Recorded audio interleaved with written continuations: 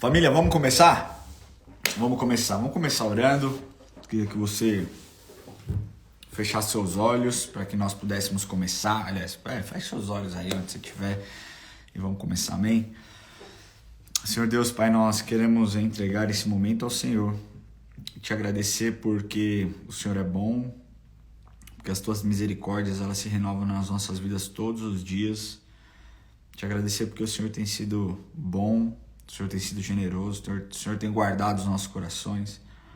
E pedimos que através dessa live aqui o Senhor fale aos nossos corações, Deus, que o Senhor nos ensine, que o Senhor ministre tudo aquilo que o Senhor tem para ministrar nas nossas vidas, Pai. Eu te agradeço por cada um que está aqui nessa live, aqueles que entrarão, aqueles que não puderem entrar, declaro as tuas bênçãos sobre cada um deles, declaro um final de semana abençoado e que eles possam, Senhor, sentir a sua presença através desse momento, em nome de Jesus.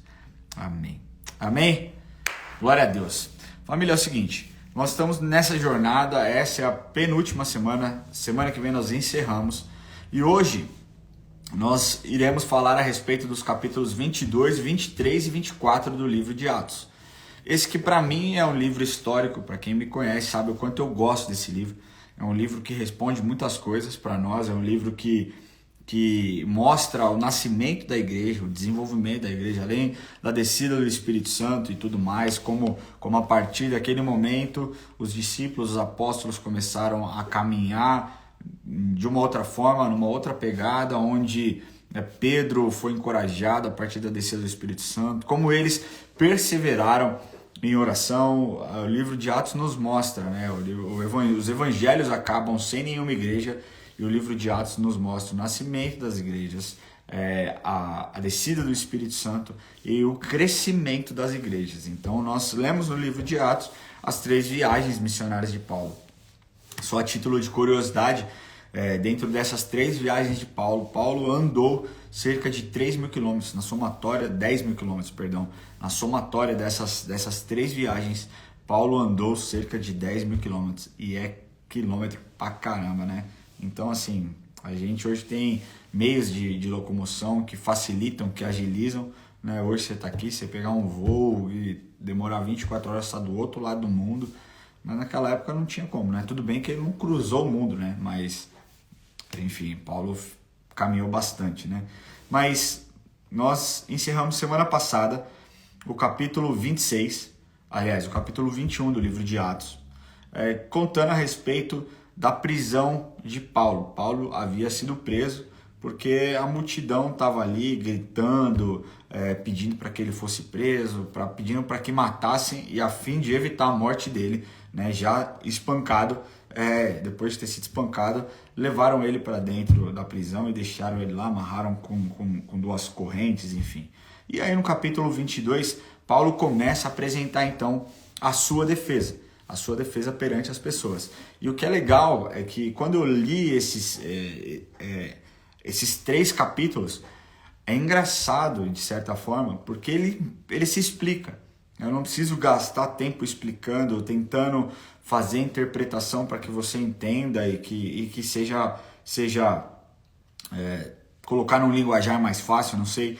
Esses 3 capítulos especificamente são capítulos que se auto-explicam, né? E eu vou ler com vocês. Hoje nós vamos ler os 3 capítulos, tá? Então a gente vai gastar um pouquinho mais de tempo lendo esses versículos. Então, se você puder, abra a sua Bíblia, acompanha comigo. É importante que você não somente ouça, mas que você leia também. Então, se você tiver a sua Bíblia física, abra a sua Bíblia. Se você não tiver, abra no seu computador e vamos ler. Amém? Vamos ler então a partir do capítulo 22 e a gente vai parando e vamos comentando no decorrer, tá?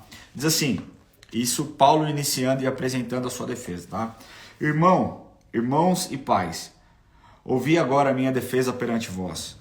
Quando ouviram que lhes falava em língua hebraica, guardaram ainda maior silêncio. E continuou, eu sou judeu, nasci em Tarso da Cilícia, mas criei-me nessa cidade e aqui fui instruído aos pés de Gamaliel, segundo a exatidão da lei de nossos antepassados, sendo zeloso para com Deus, assim como todos vós o sois nos dias de hoje. Persegui este caminho até a morte, prendendo e mantendo em cárceres homens e mulheres, de que são testemunhas o sumo sacerdote e todos os anciãos. Desde que recebi carta para os irmãos e ia para Damasco no propósito de trazer manietados para Jerusalém os que também lá estivessem, para serem punidos. Ora, aconteceu que indo no caminho, já perto de Damasco, e ali Paulo começa a apresentar a sua defesa, Paulo começa a explicar a sua história, dizendo o que havia acontecido, dizendo que nesse meio do caminho, quando estava indo para Damasco, veio uma forte luz sobre os seus olhos, que o deixou cego, e ele explica com exatidão, né? Mas deixa eu ver aqui exatamente, ó, a partir do versículo 13, né? Veio procurar-me, pois dizendo, se juntando a mim, de Saulo, irmão, recebe novamente a vista. Nessa mesma hora recobrei a visão e olhei para ele. E aqui Paulo está falando sobre Ananias, capítulo 22, estão me perguntando qual capítulo? Capítulo 22. Saulo está falando sobre Ananias, e aí ele continua no versículo 14, né? Então lhe disse, o Deus de nossos pais, de antemão te escolheu para conheceres a sua vontade, veres o justo e ouvires uma voz da própria boca, porque terás de ser uma testemunha diante de todos os homens das coisas que têm visto e ouvido. E agora por que te demoras? Levante-te, recebe o batismo e leva os teus pecados, invocando o nome dele. Tendo eu voltado para Jerusalém, enquanto orava no templo, sobreveio-me um êxtase, e vi aquele que falava comigo, apressa-te e sai logo de Jerusalém, porque não receberão teu testemunho ao meu respeito. Eu disse ao Senhor, Senhor, eles bem sabem que eu encerrava em prisão e nas sinagogas açoitava os que criam em ti. Quando se derramava o sangue de Estevão, tua testemunha, eu também estava presente, consentia nisso e até guardei as vestes dos que o matavam. Mas ele disse, vai, porque eu te enviarei para longe, para os gentios. E aí eu vou continuar lendo, tá? Nós estamos no capítulo 22, versículo 22.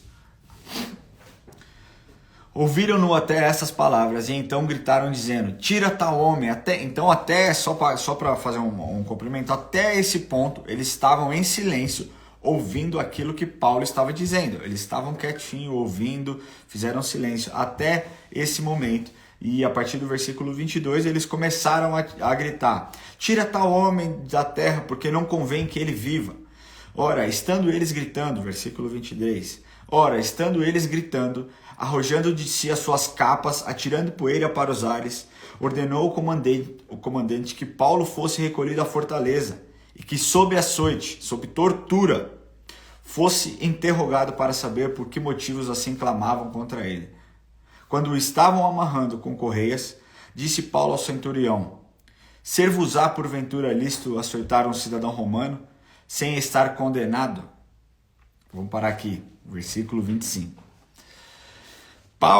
Saulo, era um judeu com cidadania romana. Então, o que acontece? Os judeus eles estavam sendo perseguidos naquela época, inclusive pessoas que profetizavam Jesus Cristo como Messias, eram perseguidos, eram maltratados, quando então encontrados, eram açoitados, eram realmente torturados. E Paulo, a Bíblia diz que Saulo congominado Paulo, ou seja, Saulo era apelidado Paulo, né? Ele usou essa carta de cidadão romano, porque com essa carta, né, as pessoas sabendo que de fato ele também era um cidadão romano, ele teria um tratamento diferente. Ele teria as pessoas o abordariam de forma diferente. Ele poderia recorrer a César, por exemplo, para ser julgado e não ter um julgamento comum. E foi nesse momento que Saulo, prestes a ser açoitado, Paulo, prestes a ser açoitado, né, torturado, ele disse para eles, olha, convém que vocês me torturem e me açoitem, eu sendo um cidadão romano. E aí no versículo 26, nós estamos no livro de Atos, capítulo 22, versículo 26. Diz assim, ouvindo isso, o centurião procurou o comandante e lhe disse, que estás a fazer? Porque este homem é cidadão romano. Vindo o comandante, perguntou a Paulo, diz-me, és tu romano? Ele disse, sou. Respondeu-lhe o comandante, a mim me custou grande soma de dinheiro esse título cidadão. E disse Paulo, pois eu tenho por direito de nascimento. Imediatamente se afastaram os que estavam para inquirir com açoites. O próprio comandante sentiu-se receoso quando soube que Paulo era romano, porque o mandara amarrar. No dia seguinte, querendo certificar-se dos motivos por que vinha ele sendo acusado pelos judeus, soltou e ordenou que se reunissem os principais sacerdotes e todo o sinédrio, e mandando trazer Paulo, apresentou perante o sinédrio. E assim nós acabamos o capítulo 22, dizendo a respeito de Paulo, dizendo e revelando que ele era assim um cidadão romano e que o seu tratamento que ele deveria receber deveria ser um tratamento diferenciado, com maior respeito. Quando era com cidadãos romanos, o tipo de julgamento era outro, era um julgamento muito mais leve, muito mais polido, sem torturas, enfim. E foi isso que Paulo fez, né? A partir do versículo 13, gente, só para dar uma passada, a partir do versículo 13, do capítulo 13, perdão, Paulo já não chama mais, né? Ele já não se apresenta mais como Saulo, mas como Paulo. E às vezes me dá uma bagunça aqui, mas nós estamos no capítulo 23 e ele está usando o nome de Paulo, e Paulo ele usa desde o capítulo 12 em diante, ele usa esse nome, tá?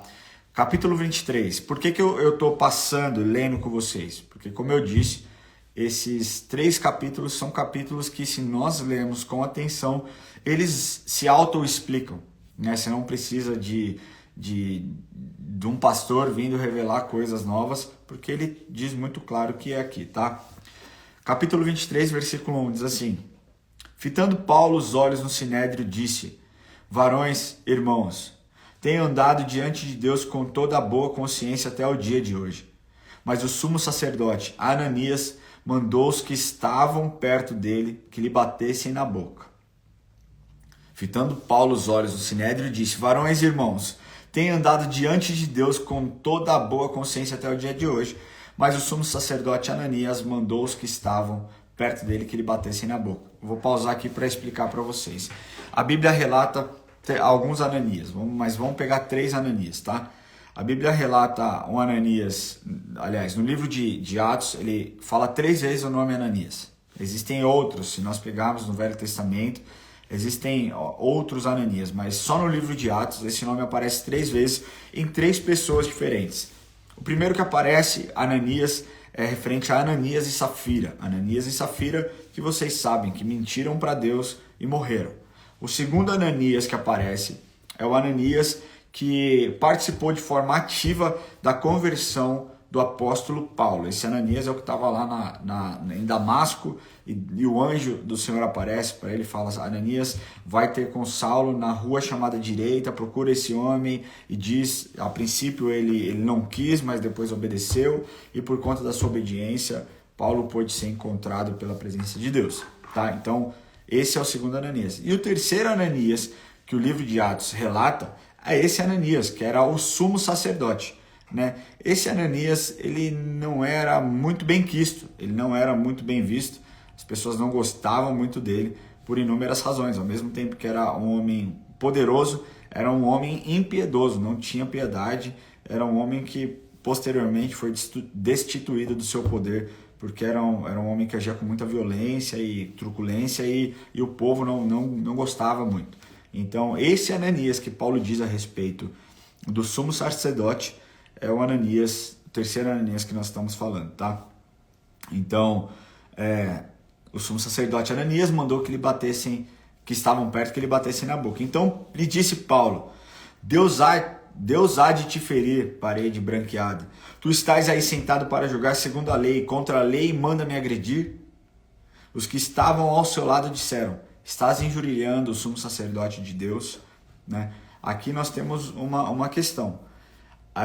Alguns estudiosos acreditam que Paulo não sabia de fato que aquele homem Ananias era um sumo sacerdote. Né? Alguns acreditam que a sua vista não era uma boa vista por conta do seu problema, o que, cara, eu não sei se eu acredito nisso, porque quando Deus traz a cura, Deus restitui de forma completa, e Paulo recobrou a sua visão. Deus não diz que ele teve a sua visão parcial restaurada. A Bíblia diz que ele teve a sua visão restaurada. Aqui, ó, Paraíso, bom dia, bom dia.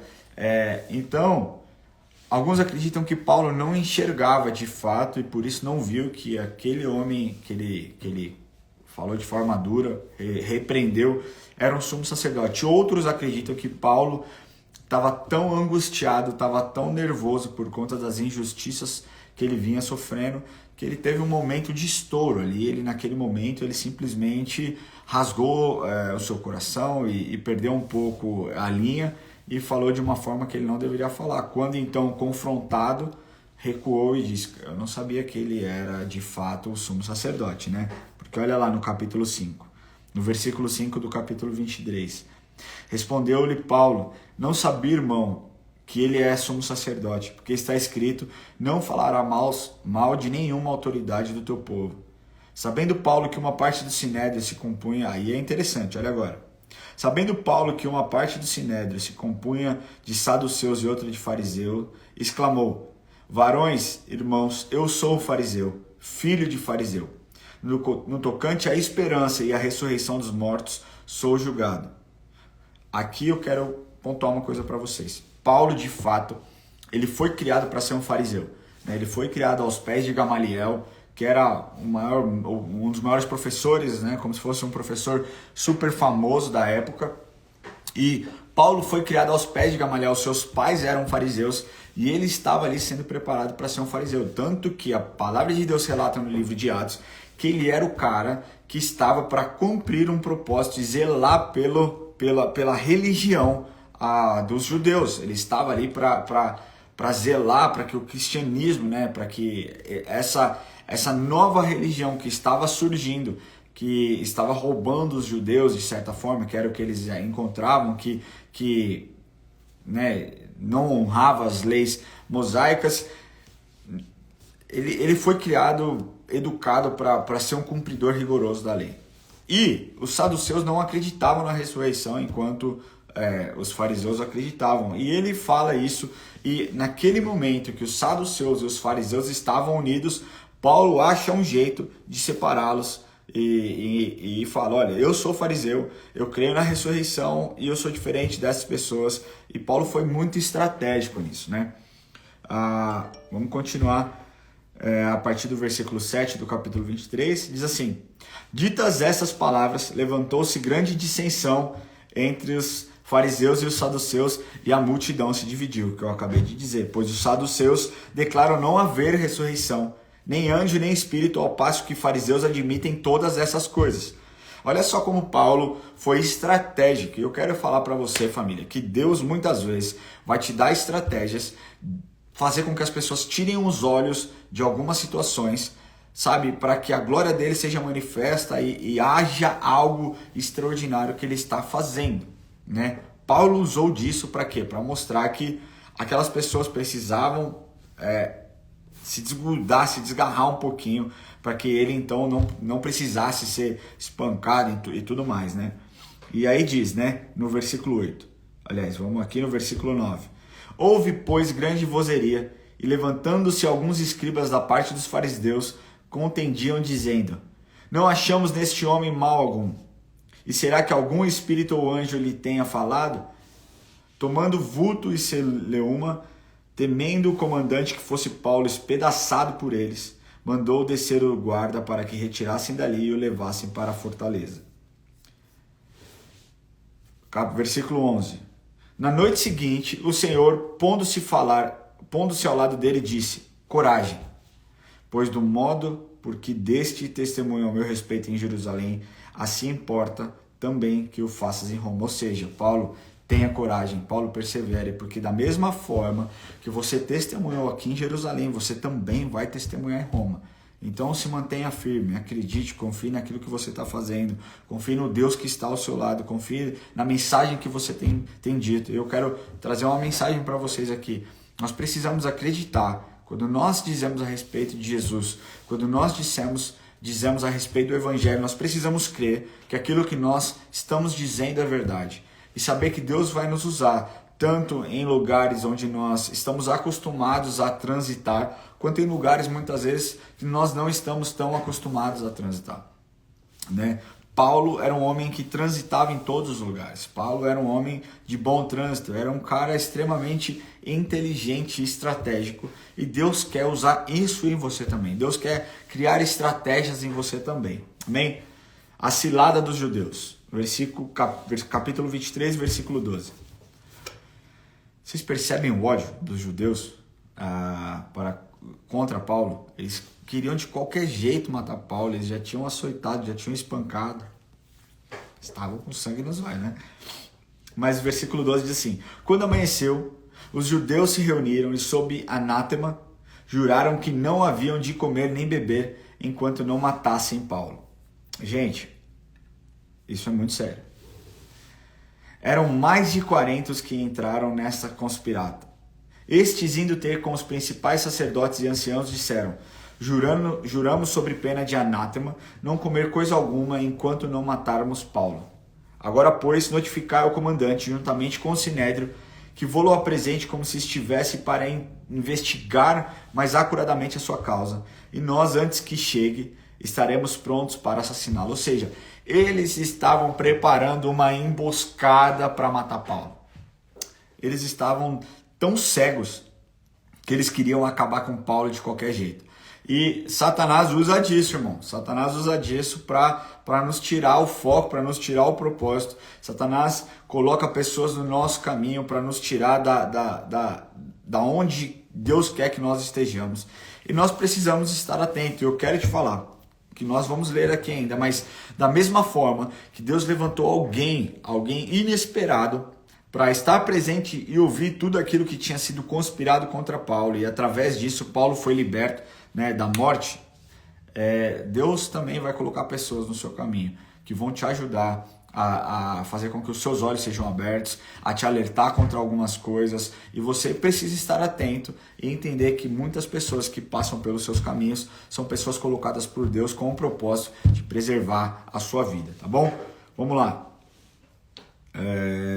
Então eles estavam preparando essa emboscada, falaram assim, a gente vai esperar Paulo em tal lugar, você vai lá, avisa, pede para trazer Paulo para que ele seja interrogado, para que nós possamos tentar tirar algo mais dele ali e investigá-lo um pouquinho mais, e quando ele estiver no caminho a gente ataca ele e mata ele, né? Isso é o que eles disseram aqui. Mas olha só, versículo 16, mas o filho da irmã de Paulo, tendo ouvido a trama, entrou na fortaleza e de tudo avisou Paulo. Então este, chamando o centurião, disse: leva esse rapaz, porque tem alguma coisa a comunicar. Ou seja, ele avisou Paulo tudo aquilo que ele tinha ouvido, tudo aquilo que as pessoas estavam planejando, e Paulo falou: vai lá, fala com o centurião, e o centurião vai te ajudar. Versículo 18, tomando-o, pois, levou ao comandante, dizendo: o preso Paulo, chamando-me, pediu para que lhe trouxesse à tua presença esse rapaz, pois tem algo a te dizer. Tomou pela mão o comandante e, pondo-se à parte, perguntou: que tens a comunicar-me?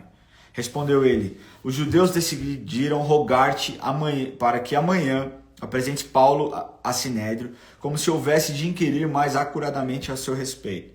Tu, pois, não te deixes persuadir, porque mais de 40 entre estes estão pactuados entre si, sob anátema de não comer nem beber enquanto não o matarem, e agora estão prontos, esperando a tua promessa. Então o comandante despediu o rapaz, recomendando que não lhe dissesse ter lhe trazido essas informações, ou seja, vai embora e não conta para ninguém aquilo que você me disse. Chamando 2 centuriões, ordenou: tende de prontidão desde a hora 3ª da noite 200 soldados, 70 de cavalaria e 200 lanceiros para irem até Cesareia.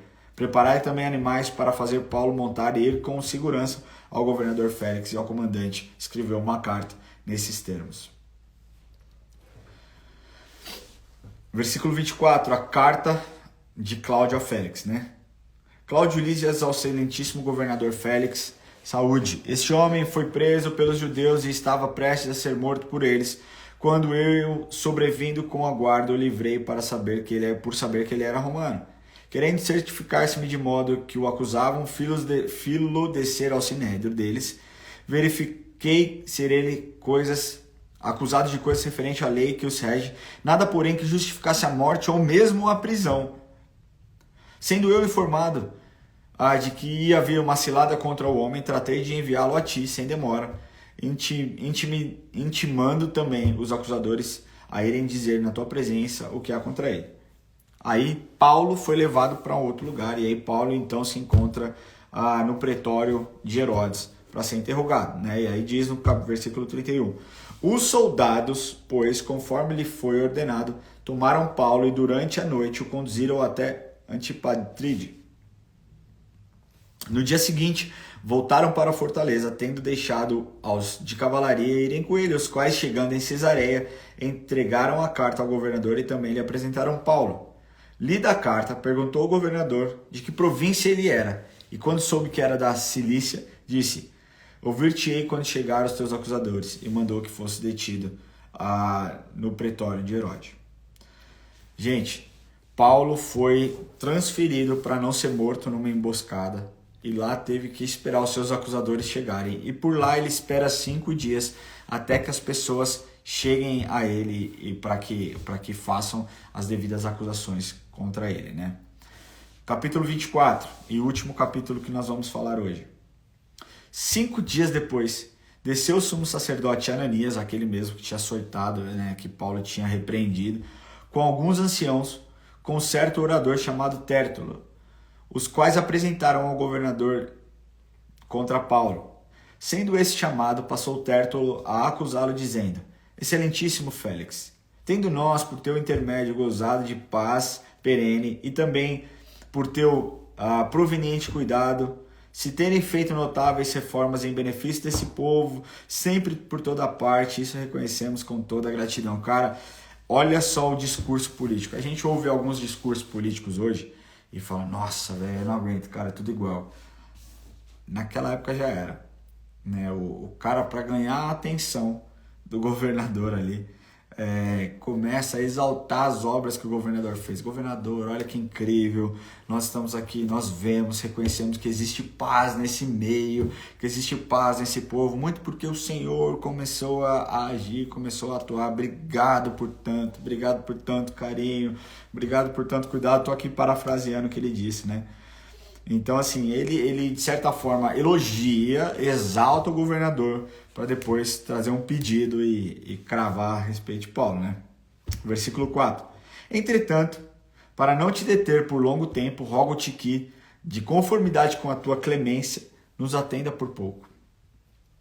Porque tendo nós verificado que este homem é uma peste e promove sedições entre judeus esparso por todo o mundo, sendo também o principal agitador da seita dos nazarenos. Eles já dali decretaram, né, na cabeça deles que o cristianismo era uma seita, né? O qual também tentou profanar o templo. Nós o prendemos com o intuito de julgá-lo segundo a nossa lei, mas sobrevindo o comandante Lisias, o arrebatou das nossas mãos com grande violência, ordenando que os seus acusadores viessem à tua presença. Tu mesmo, examina-o, poderás tomar conhecimento de todas as coisas que nós o acusamos. Os judeus também concordaram na acusação, afirmando essas coisas serem assim. E aí Paulo tem a chance, mais uma vez, de se defender. Pensa, cara, que haja defesa, né? Versículo 10. Paulo, tendo-lhe o governador feito sinal que falhasse, respondeu, sabendo que há muitos anos é juiz dessa nação, sinto-me à vontade para me defender. Visto poderes verificar que não há mais de 12 dias desde que subi a Jerusalém para adorar o Deus, e que não me acharam no templo discutindo com alguém, nem tampouco amontinando o povo, fosse nas sinagogas ou na cidade. Nem te pedem tão pouco provas as acusações que agora fazem contra mim. Porém confesso-te que, segundo o caminho a que chamas de seita, assim eu sirvo a Deus dos nossos pais, acreditando em todas as coisas que estejam de acordo com a lei nos escritos do profeta. Aqui Paulo está dizendo, olha, eu acredito em tudo que os profetas disseram, eu acredito em tudo aquilo que a lei diz, né? E pode procurar, eu não causei nenhum alvoroço em Jerusalém, eu não causei absolutamente nada em Jerusalém. Eu estava lá, você pode perguntar para as pessoas. Versículo 16. Tendo esperança em Deus, como também estes têm, de que haverá ressurreição tanto dos justos como de injustos. Por isso também me esforço por ter sempre consciência pura diante de Deus e dos homens. Depois de anos vim trazer esmolas à minha nação e fazer oferendas. E foi nessa prática que alguns judeus da Ásia me encontraram já purificado no templo, sem ajuntamento e sem tumulto, os quais deveriam comparecer diante de ti e acusar, se tiverem alguma coisa contra mim. Ou esses mesmos digam que iniquidade acharam em mim por ocasião do meu comparecimento perante o Sinédrio, salvo essas palavras que clamei, estando entre eles, hoje sou julgado por vós acerca da ressurreição dos mortos. Versículo 25. Então Félix, conhecendo mais acuradamente as coisas com respeito ao caminho, adiou a causa, dizendo: quando descer o comandante Lísias, tomarei inteiro conhecimento do vosso caso. E mandou ao centurião que conservasse Paulo detido, tratando com indulgência e não impedindo que os seus próprios o servissem. Passando alguns dias, vindo Félix com Drusila, sua mulher, que era judia, mandou chamar Paulo e passou a ouvi-lo a respeito da fé em Cristo Jesus. Dissertando acerca da justiça, do domínio próprio e do juízo vindouro, ficou Félix amedrontado e disse: por agora pode retirar-te, e quando eu tiver vagar, clamar-te-ei. Esperando também ao mesmo tempo que Paulo lhe desse dinheiro pelo chamado mais frequente, conservava com ele. 2 anos mais tarde, Félix teve por sucessor Pôncio Festo, e querendo Félix assegurar o apoio dos judeus, manteve Paulo encarcerado. Gente, nós encerramos aqui o capítulo 24. Vocês percebem como esses 3 capítulos, 22, 23 e 24, são capítulos muito explicativos, né? Você pode ler, se você ler com atenção, ele relata a história de forma cronológica, já que nós sabemos que Lucas, quem escreveu o livro de Atos, era um escritor, uma pessoa extremamente inteligente e escrevia na sua ordem exatamente como acontecia. Aí não existe bagunça, nós sabemos exatamente como aconteceu, as defesas, as acusações, as defesas novamente e como tudo se deu. E aqui eu quero te falar, com certeza na sua vida você aparecerá e comparecerá perante pessoas a respeito de injustiças que você pode ter sofrido. Mas eu quero te falar que se você manter a sua fé em Cristo, assim como Paulo se manteve, Deus vai te honrar. Deus vai guardar o seu coração. Deus é o justo juiz, Deus é misericordioso, Ele é maravilhoso e Ele zela pelos teus filhos. Então, meu querido, independente das circunstâncias que você viva ou das acusações que você tem sofrido, Ele continua sendo Deus e Ele continua cuidando de você e sendo o seu justo juiz. Amém?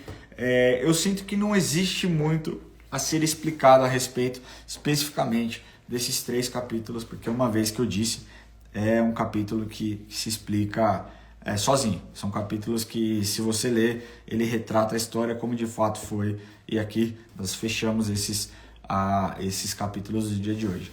Eu quero abrir aqui, se você tem alguma coisa a comentar, comente aqui, vamos bater mais um pouquinho de papo antes de desligar. Se você tem alguma dúvida referente ao texto também, pode mandar e a gente vai conversando um pouquinho aqui, amém?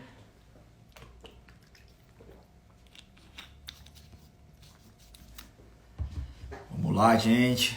Alguém tem alguma pergunta? Alguém tem alguma coisa? A galera tá cenando. Sejam muito bem-vindos. Eu vi aqui que o pastor Diego passou por aqui. Pastor Diego Sampaio, pastor da IA Church, Louvor, Ministério do Louvor. Eu vi também que o pastor Israel passou por aqui. Pastor Israel, nosso pastor querido, está lá em Portugal, na cidade do Porto, com a nossa igreja. E grande bênção, saudades dele, mas sabemos que Deus tem um propósito lá. Paula Caça, um beijo, Paula, que bom, glória a Deus, bom dia, bom dia. Drico Cabelos, Deus abençoe seu dia também, minha irmã. Vamos lá, gente, mais alguém tem alguma coisa a dizer? Alguma dúvida? Se tiver, pode mandar aí que a gente conversa um pouquinho aqui, amém? Olha, Ive, beijo, Ive. Dá um beijo no Guto aí, tentei falar com ele essa semana e ele não me atendeu, tá bom? Beijo pra vocês. Vamos lá, gente. Mais alguém? Então a gente ora pra encerrar e acaba por aqui. Você tá liberado pra curtir seu sábado. Amém, vamos lá. Paulo nunca se desesperou. eu acho que Paulo ele era muito inteligente, muito forte emocionalmente, né? Eu vejo Paulo como um homem muito estratégico e muito sábio. Né? Com certeza, na vida dele, ele viveu momentos de angústia, viveu momentos de incertezas, sabe, e agora, o que vai acontecer? Será que vai acabar por aqui? Mas ele era um homem emocionalmente muito forte. Eu acho que ele passou por todas as suas lutas de forma muito firme. E se ele tivesse desesperado e entregado, ele não teria vivido de forma sobrenatural coisas que ele viveu, né? Ele foi picado por cobra, ele naufragou, ele foi açoitado, ele naufragou de novo, sabe? Ele foi apedrejado, ele foi espancado. Nós acabamos de ler que ele foi espancado. A Bíblia diz aqui, né, nesses relatos, no capítulo 21, se eu não me engano, que ele foi espancado a ponto de não conseguir andar e as pessoas terem que carregarem ele, né, pelas escadas, porque ele não conseguia andar. Então, assim, todo mundo que sofre injustiça, de certa forma, fica chateado, fica angustiado, mas Paulo conhecia Deus e a conversão dele foi tão genuína e tão poderosa que eu acho que a fé e a esperança dele tava em Cristo. E ele diz, né, no fim da sua vida, combati o bom combate, acabei a carreira e guardei a fé. Então, Paulo sabia o Deus a quem ele servia e sabia que mesmo em momentos de muita dificuldade, muita angústia, muita dor, Deus estaria com ele o tempo todo. Amém? Vamos lá, vamos ver aqui quem mais falou. Deixa eu ver aqui, deixa eu subir aqui. Peraí. Esse Ananias é o mesmo que orou para que Paulo voltasse a enxergar? Não, não é o mesmo Ananias. O Ananias que o livro de Atos mostra 3 Ananias, eu disse na live aqui. O primeiro Ananias que o livro de Atos relata é Ananias e Safira, aqueles ambos que morreram por mentirem a Deus referente à oferta, né? O segundo Ananias que Atos fala é o Ananias que orou por Paulo, né, que o anjo apareceu logo que Jesus se apresenta no caminho de Damasco para Paulo. O anjo aparece na mesma hora lá para Ananias, que já estava em Damasco, e diz para que Ananias se encontrasse com Paulo em determinado lugar, e foi isso que aconteceu. Esse Ananias, e esse último Ananias que está escrito aqui no livro de Atos que nós lemos, é o sumo sacerdote. Era um homem impiedoso, cruel, e que posteriormente foi destituído porque era um homem muito violento e o povo não gostava dele. Então são 3 Ananias diferentes, tá bom? Peraí. Porque os nomes eram mudados na história da Bíblia. Olha só, se a gente está falando de Paulo, Paulo não teve o seu nome mudado. Quando nós lemos o começo do capítulo de Atos, nós lemos sempre Saulo congominado Paulo, assim como nós lemos outros nomes, fulano congominado ciclano. Esse congominado eram apelidos, era como se fosse é como se fosse um apelido, entendeu? Então não existia isso de mudar, pelo menos não de Saulo. Saulo não mudou seu nome para Paulo. Ele já era Saulo congominado Paulo, Saulo apelidado Paulo, Saulo chamado Paulo. Então, a partir do capítulo 13, se eu não me engano, ele começa a usar Paulo, deixa de usar Saulo, por conta dos tratamentos que os judeus recebiam por parte dos romanos. Então, Paulo era um nome romano, Paulo tinha dupla cidadania, ele era um judeu, mas também era um cidadão romano. Então, sendo chamado Paulo, era muito mais fácil ele ter um tratamento diferenciado, sem que ele precisasse ser espancado e sendo tratado com muita... me fugiu a palavra, mas com muita maldade por parte dos romanos, tá? Então, quando ele começa a fazer as suas viagens missionárias, ele adota Paulo, assim, deixa Paulo mais oficial e fica Paulo, tá bom? Mas não ficava mudando o nome, não. Não esse, pelo menos, né? Vamos ver aqui quem mais mandou pergunta. Deixa eu subir aqui, peraí. Paulo é uma referência para todos nós cristãos em um espelho, amém. Paulo é uma bênção, cara. Paulo realmente é diferenciado. Obrigado por explicar, por tudo, amém. Glória a Deus, glória a Deus, glória a Deus. Como faço para ser membro da IA Church? Nós amanhã teremos batismo e aclamação aqui na IA Church. Você pode fazer isso via aplicativo da IA Church, amém? Vamos ver aqui. Paulo orou a Deus para tirar a sua aflição, mas Deus disse que a tua graça me basta. Peço oração. Vamos orar. Algum livro histórico relata se Paulo se casou? Não que eu lembre a respeito disso, não lembro. alguns acreditam que Paulo era viúvo, né? Então, eu acredito que, se eu não me engano, posso estar falando alguma coisa errada, mas alguns acreditam de fato que Paulo era viúvo, mas eu não sei te dizer exatamente com precisão isso, tá? Vamos lá, gente. Mais alguém? Senão nós encerramos por aqui. Vamos orar pela restauração do seu casamento, minha irmã. Com certeza vamos sim, tá bom? Naomi. Mais alguém, gente? Mais alguma pergunta? Manda a pergunta aí que a gente fala. Paulo morreu jovem? Não morreu jovem, ele morreu no ano 65, mais ou menos depois de Cristo. Não sei exatamente, mas já não era um jovem. Paulo já devia ter lá na casa dos seus 70 anos aproximadamente, talvez um pouco menos, um pouco mais. Mas Paulo morreu no ano aproximadamente entre 65 e 68 depois de Cristo, tá bom? Amém. Deus abençoe sua família também. Glória a Deus. Aleluia. Boa palavra. Deus é bom. Vamos orar, gente. Vamos orar. Agradecer ao Senhor por esse tempo. Onde fica a igreja e a church? Fica em São Paulo, na Vila Leopoldina, perto do Ceasa, bem próximo do Ceasa, a Avenida Mofarrege, número 1024. Nós estaremos aqui amanhã, só fazendo divulgação, 3 cultos, tá? Nós teremos 3 cultos amanhã, às 9 horas da manhã com o pastor Daniel Adams, às 11 horas da manhã com a pastora Lilian Pozella, e no 18H nós estaremos recebendo Lamartine Pozella. Então, escolha um dos cultos, venha, porque vai ser grande bênção. Amém? Vamos orar? Senhor Deus, nós te agradecemos, Pai, por esse tempo, por essa live. Pedimos que o Senhor toque na vida de cada um, que o Senhor abençoe os teus filhos. Pedimos, Deus, que o Senhor também abençoe o casamento da Naomi. Deus, que o Senhor possa tocar na vida do marido, na vida dela. Eles possam ter os corações voltados para o Senhor e obedecer aquilo que o Senhor quer, exatamente o que eles façam. Peço que o Senhor guarde o sábado de todo mundo, guarde o domingo de todo mundo, guarde o final de semana. Eu declaro as tuas bênçãos sobre cada um deles. E te agradecemos, Deus, por esse tempo. Em nome de Jesus. Amém.